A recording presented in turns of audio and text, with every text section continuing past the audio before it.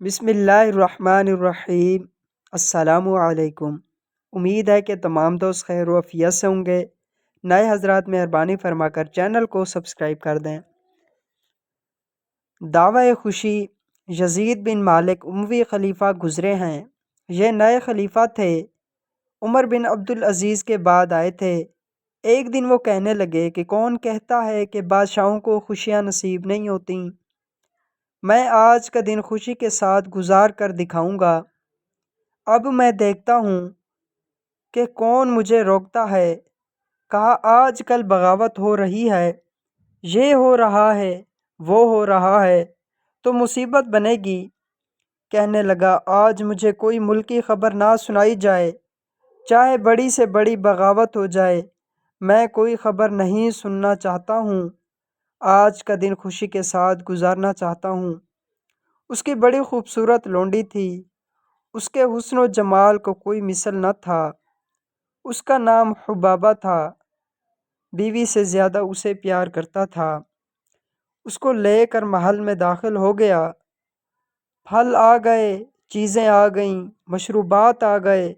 آج کا دن امیر المومنین خوشی سے گزارنا چاہتے ہیں۔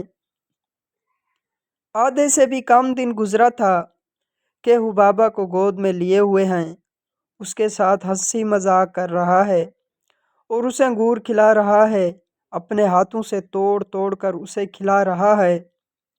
ایک انگور کا دانہ لیا اور اس کے منہ میں ڈال دیا۔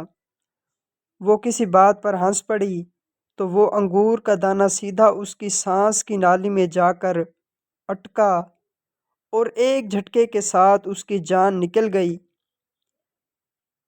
جس دن کو وہ سب سے زیادہ خوشی کے ساتھ گزارنا چاہتا تھا، اس کی زندگی کا ایسا بدترین دن بن گیا کہ دیوانہ بن گیا، پاگل ہو گیا، جبکہ لڑکی فوت ہو گئی اور 3 دن تک اسے دفن کرنے نہیں دیا تو اس کا جسم گل گیا، سڑ گیا۔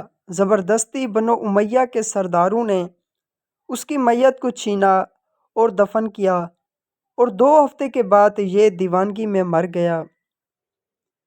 دوستو، خوشی اور غمی میرے رب کے ہاتھ میں ہے۔